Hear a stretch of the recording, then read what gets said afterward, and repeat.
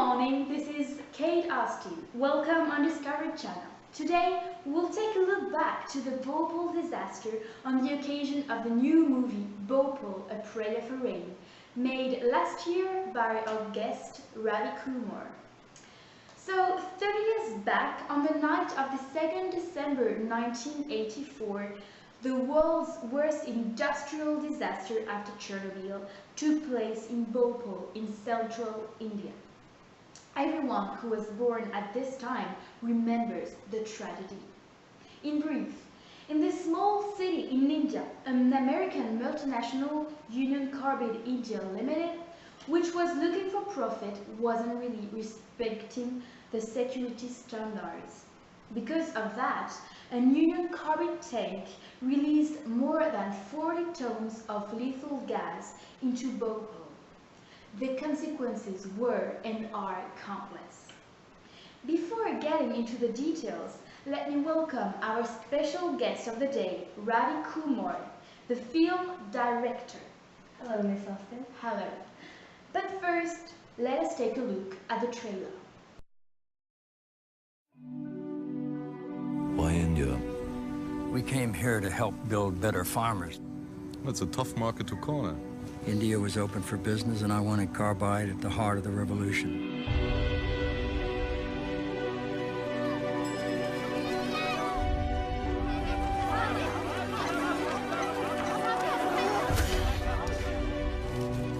Carbide में काम किया।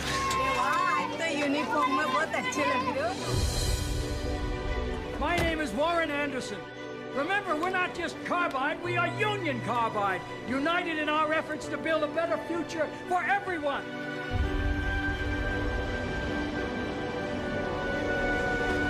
Welcome to Bhopal. Free guide. What kind of things do you write? Lifestyle. Lifestyle, okay. You want to write a real story? We may need to implement some structural changes. This could have serious implications. I'm willing to take that risk. What is our official line? As long as we are learning from our mistakes, we are safe.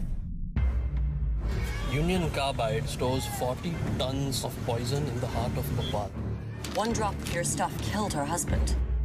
We set the highest safety standards in the industry. Link the tanks. Push them hard. Is that a good safety precaution? Your factory is choking this town. But this factory feeds this town. Tell me something. You think carbide should stay here in Bhopal? Yes, Sahib. Okay. I can sleep tonight.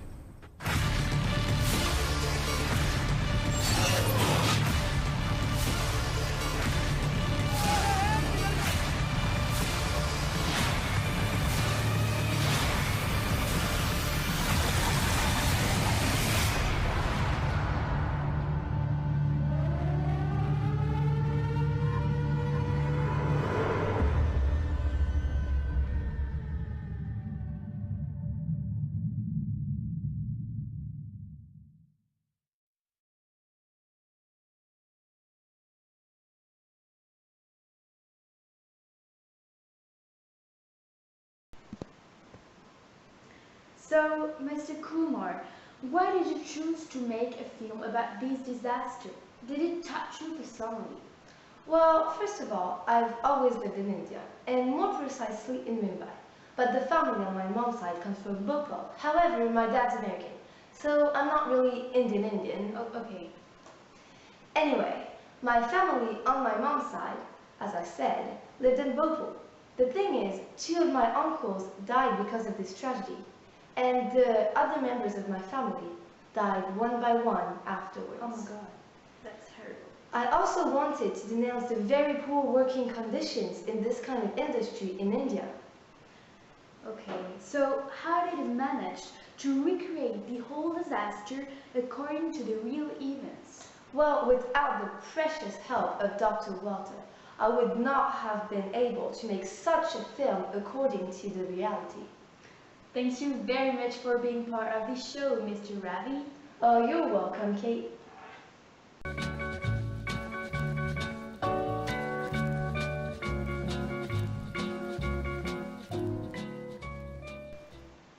now we are going to discuss more precisely what happened on this night of 1984, thanks to Dr. Walter, who is a specialist and studied the case in details.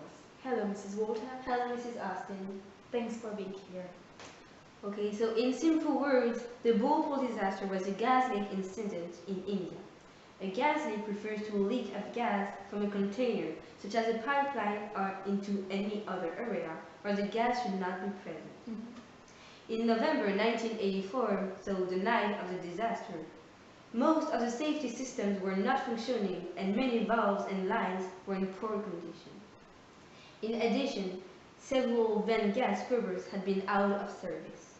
Another issue was that tank 610 contained 42 tons of MIC, while it is strongly recommended not to store MIC products in tanks or in a small quantity. Indeed, the high molecular weight polymer hydrolyzes in hot water to form the trionyl isocyanates. Okay. Since collolytic middle salts can be formed from impurities in the... Okay, thanks. Could you rephrase it more simply for our audience, please? Okay, just remember, MIC products must not be stored in tanks, and 42 tons of MIC is not a small quantity. That's a lot, indeed. So, Dr. Walter, what is MIC? So, MIC stands for methyl isocyanate, and it is a chemical used in the production of pesticides. As it is a highly toxic and irritating liquid, it is extremely hazardous to human health. Because it reacts readily with many substances that contains NH or OH groups. It reacts with water, H2O. Yeah, H2O. So, what exactly happened during the night of the disaster? Well, during the night of the disaster, water entered a broken pipe leading to the tank 610 and started an exothermic reaction as soon as water entered the tank. The problem is that the temperature in the tank was really high, and when there is too much water in a hot area, MIC is consumed really slowly. And if the heat is not efficiently removed from the mixture, the rate of the reaction will increase and quickly cause the MIC to boil. If MIC is in excess, toxic gases are formed along with carbon dioxide. And this is what happened in Bhopal. Indeed, the temperature inside the tank went over 200 degrees Celsius and raised the pressure. And this forced the emergency venting of pressure from the tank, releasing a large volume of toxic gases. About 42 tons of MIC escaped from the tank into the atmosphere in less than an hour. In simple words, a gas cloud containing deadly poison spread over a populated area, and more than half a million people were exposed to it. The problem is, MIC is extremely toxic by inhalation or ingestion. It causes coughing, chest pain, asthma, irritation of the eyes, nose, and throat, as well as skin damage. If not evacuated in time, it can result in pulmonary or hemorrhagic bronchial pneumonia and death. More than 30 years later, the actual number of deaths is still unknown. It immediately killed thousands and led to the deaths of tens of thousands in subsequent weeks and months.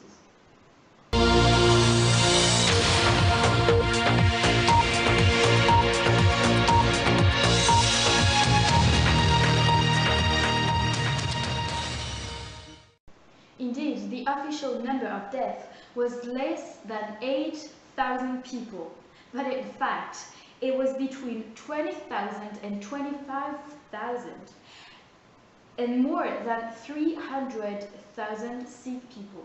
So the official number are far from the reality. It's a tragedy. Yeah. So how can you explain that the disaster occurred? Well, Bhopal was a very poor area, where working was a necessity to survive. Even though people knew working in those companies was unsafe, they needed to bring money home, so they didn't pay attention to the manager's ignorance of the safety standards. But the cause of the disaster remains under debate. The Indian government and local activists argue that bad management and deferred maintenance created a situation where routine pipe allowed water to enter into tank 610, causing the disaster. But the company Union Carbide Corporation affirms water enters the tank through an act of sabotage. Thank you very much, Dr. Walter, for being here today. Oh, you're welcome. Now, our journalist Susan Mountain, directly from India, will explain you the consequences on Bhopal's inhabitant and area nowadays.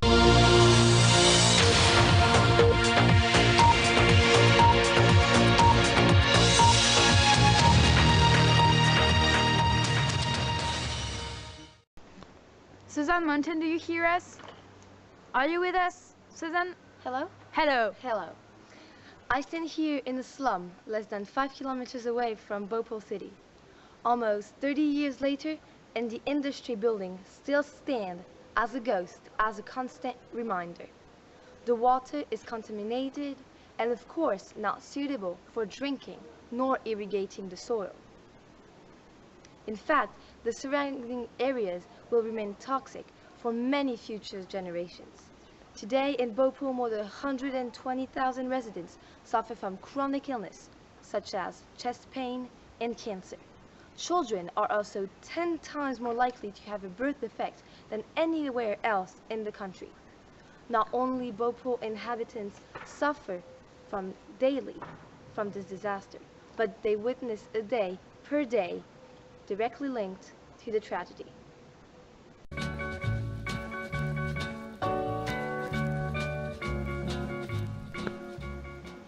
I stand here with Hala Yukta. She was there on the night of the disaster and she miraculously survived. So, let us hear her tragic story.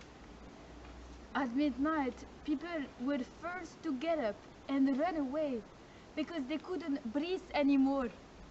People ran as mice in a cage.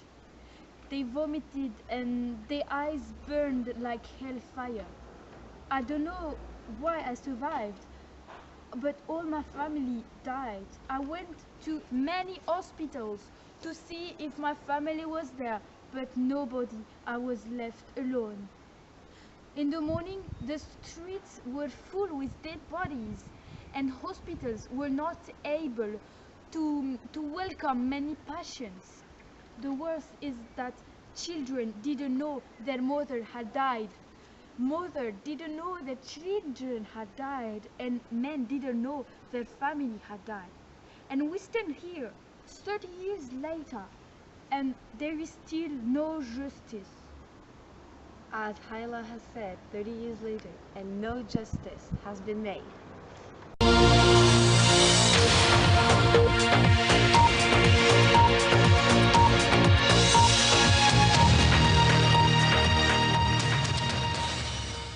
Thank you, Susan Mountain.